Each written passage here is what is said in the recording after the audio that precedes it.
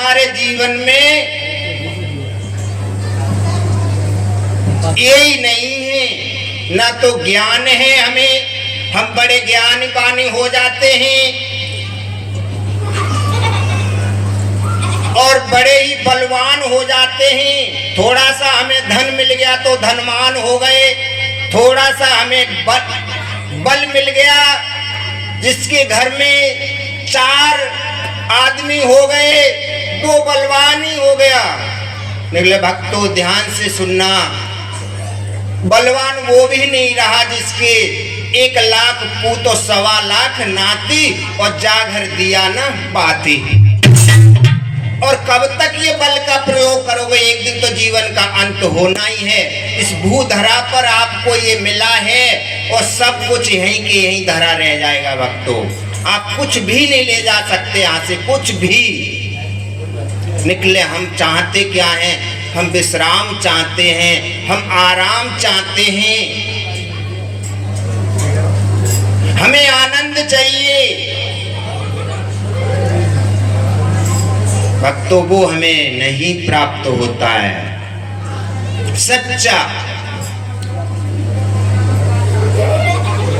तो भक्तों भक्ति का जन्म कहाँ होता है? द्रविड़ देश में, जो दक्षिण में। भक्तों दक्षिण में ही ये द्रविड़ देश आता है। पूरा जो दक्षिण है इसको पूरा द्रविड़ देश ही कहा जाता है। भक्तों निकले भक्ति का वहां जन्म होता है और भक्ति वहां से चलती ही भक्ति महारानी तो कहां पहुंचती हैं? लला प्रमोद कहां पहुंचती हैं भक्ति महारानी? द्रविड़ देश से चलती हैं तो भक्ति महारानी कहां पहुंचती है? कर्नाटक में। अब कर्नाटक क्या है? ये कर्नाटक क्या है भक्तों? कर्नाटक कहते हैं हमारे कान को। एक कान है, यही कर्नाटक है। और इनके द्वारा जब भक्ति का रसपान किया जाता है तो भक्तों भक्ति का क्या होता है? विस्तार होता है। बोलिए आनंद कंद भगवान की जय। और जीवन में भक्ति नहीं हुई भक्तों तो हम ढोंगबाजी, कितने ही वेद, कितने ही पुराण, कितने ही बलवान, कितने भी धनवान क्यों ना हो जाएं, निकले भक्तों सब कुछ समाप्त हो जाएगा एक दिन। विस्तार करना है आपको तो मात्र श्रवण करो, सिर्फ श्रवण करो। निकले भक्तों करें भी किसके मुख से करें? जहां व्यापार न होता हो, जहां विक्रय न होता हो, उसके मुख से श्रवण किया जाए कथा का। सत्संग किसके साथ करें? जहां व्यापार न होता हो, विक्रय न होता हो, छल न होता हो। भक्तों बहुत कम, बड़े ही वो सौभाग्य जीव होते हैं जिन्हें भक्तों इस भक्ति का महत्व श्रवण करने को मिलता है। तो कहाँ? कर्नाटक से विस्तार होता है भक्तों। कर्नाटक से गुजरात में आती है भक्ति तो और वृद्ध हो जाती है। क्यों? कि गुजरात में कोई भक्त ऐसा नहीं था जो भक्ति को कुछ चैन मिलता। भक्ति भागती आ रही है, भागती आ रही है, सब तीर्थ करते हुए चली आ रही है भक्ति महारानी। भक्तों आकर के पहुंचती कहां पर हैं?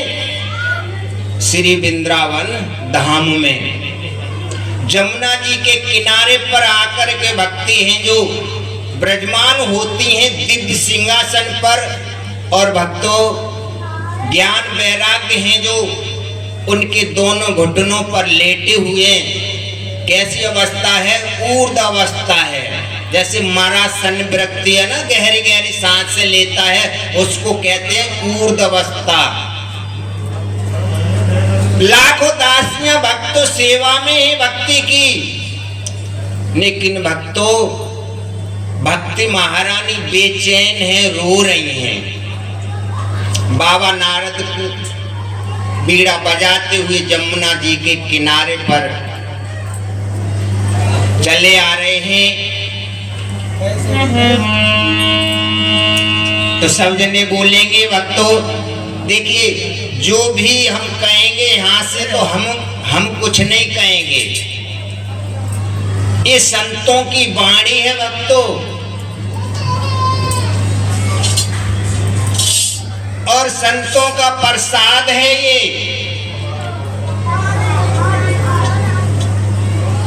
अब मैंने कह ही दिया, हम चाहे कितने कुछ भी हो जाएं, निकले भक्तों, हमें वो शांति वो सुख जो चाहते हैं वो नहीं हमको मिल रहा है।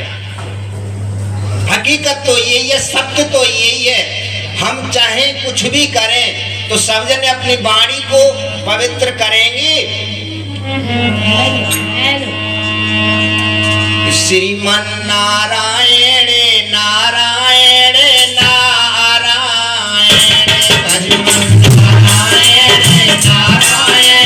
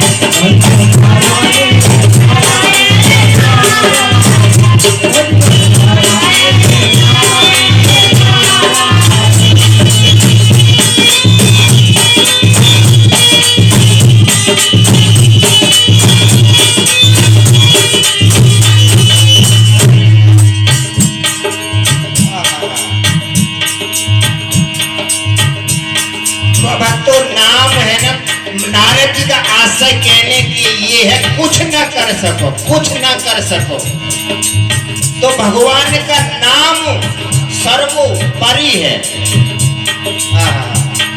धन्य है, धन्य है ऐसे संतों को, भक्तों जो हमें उंगली पकड़ के भगवान से मिलाना चाहते हैं। जीव बिछड़ गया है, भगवान से बिछड़ा हुआ है, और ऐसा ही नहीं, अनादिकाल से बिछड़ा हुआ है भक्त, अनादिकाल से। इसीलिए बड़े ध्यान से काकभूषणी जी कहते हैं क्या, बहुकाल किए सत्संग, बहुत काल करो, बहुत काल किए सत्संगा। निकले भक्तों, आज ऐसा